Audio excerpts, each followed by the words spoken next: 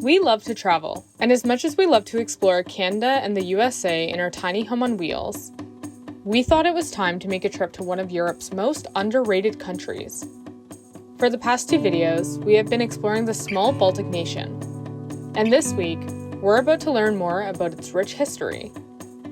So, let's hop into the rental car and go see more of Estonia.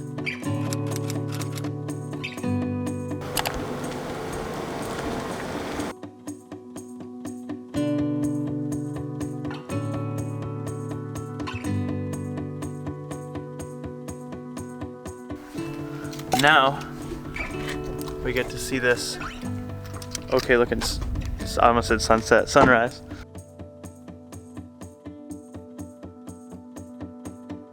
The drive this morning was absolutely gorgeous. We had fog like rolling in over all of the fields where all the hay was. We didn't see any fluffy cows unfortunately, but it was absolutely gorgeous driving here, but would highly recommend driving around on this island first thing in the morning, especially when you have a nice clear day like this. Now we are here waiting for our ferry. We have about 15 minutes before the ferry should arrive. I think actually I see it out there. I think that is our ferry coming in now. It's like a 45-minute ride on our super rocky, tippy ferry. It's a lot of fun getting on those ferries. It's like a little roller coaster ride.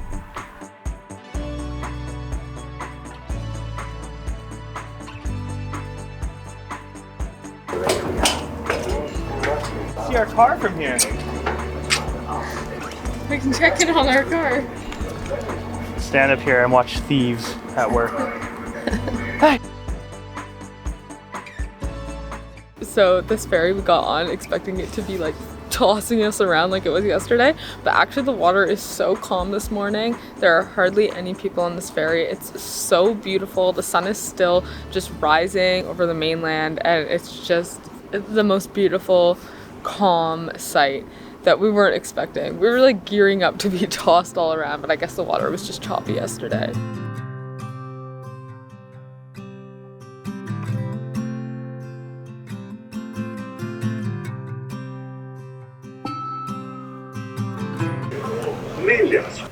Taking an elevator on a ferry.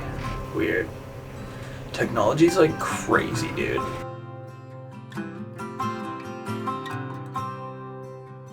That's right.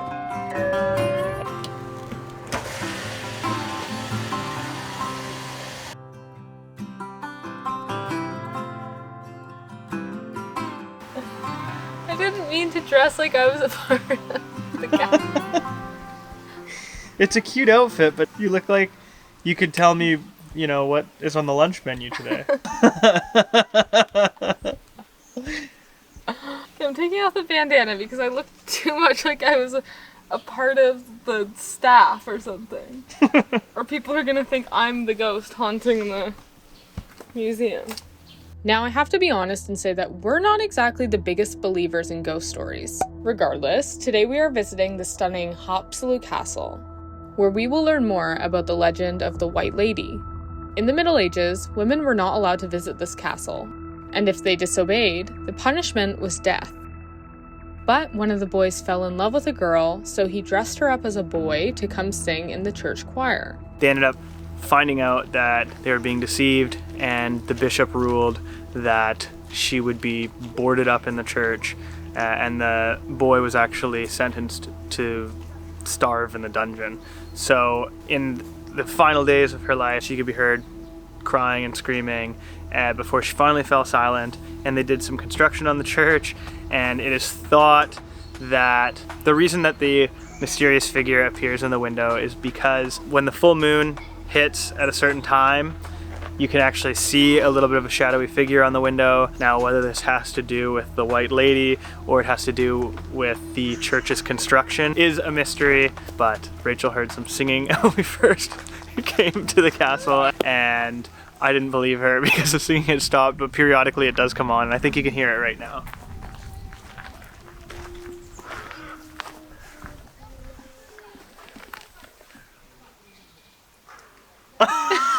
Of course it stopped. I feel like they do it to... Despite Nick's skepticism of the legend, we explored more of Haapsalu, which is often called the Venice of the Nordic countries. This is what's so fun about traveling in like the off season though, because there's hardly anyone around. We enjoyed the castle grounds and the little resort town basically to ourselves.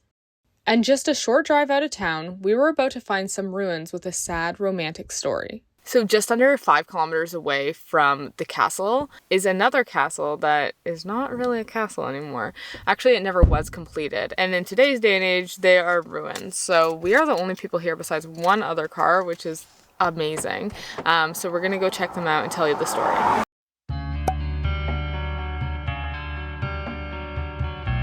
This is so beautiful.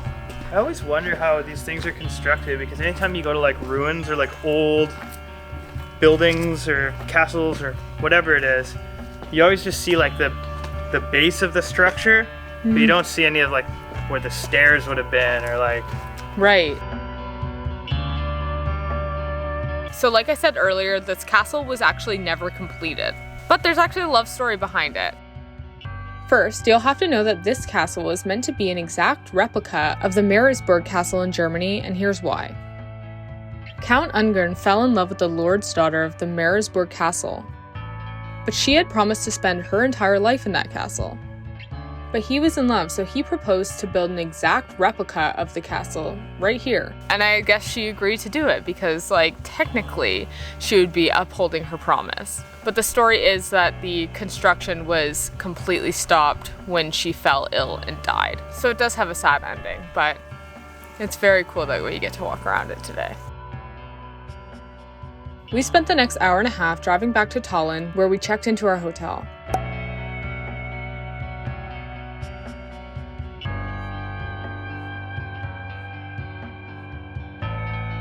So any breakfast, it's always going to start off with some traditional Estonian black bread. The more we explored Tallinn, the more we fell in love with it. Estonia really is the place where old meets new. It's one of the most technologically advanced countries in the world, where you can file your taxes within 5 minutes online, but walking through the old town brings you to another time.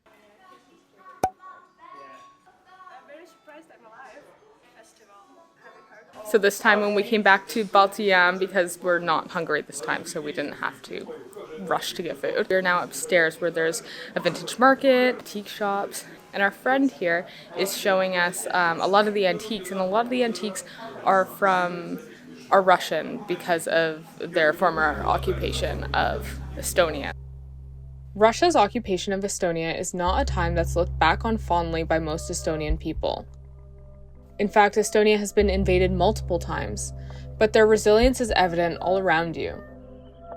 Like here, in Teleskivi Creative City, which in Soviet times used to be a walled-off industrial area that, of course, has a very different story now. After Estonia regained its independence, a lot of creative, artistic, sort of hipster, if you will, shops started to reclaim this area, and in the last 7 years, it's been a huge boom of cool restaurants and art galleries and just kind of a creative space for Estonian people to come back and reclaim these old Russian buildings and make them their own. Yeah. So these apples were just hanging on this fence, and we were told that we could take them to eat. So they're just from the apple tree, just on the other side of the fence here, So beside me here is Starship. There's a lot of these here in Estonia. So these little units here are actually used to deliver food and groceries and things like that. And in the wintertime, they can get stuck, and if you help them get unstuck, they'll actually say thank you to you. This here says, "Are you hungry? Let me help you." So thanks, Starship. We also learned that as you walk around the city, you'll find many churches. But Estonia is one of the world's most atheist countries. And the large number of churches, while beautiful, are more so pieces of history from times that they had been occupied, rather than a symbol of their modern religious beliefs. Alright, so it is our last night here in Tallinn, and we are going out for dinner, so I want to take you with us so we can celebrate our last night in Estonia. Honestly, I don't want this to be our last night. We absolutely love it here, but it's time for more adventures, so let's close this one out so that we can start the next one. We often say that our travels are parallel to us house hunting for the future. And sometimes we joke that we fall in love with every place that we go. Regardless, Estonia was no exception.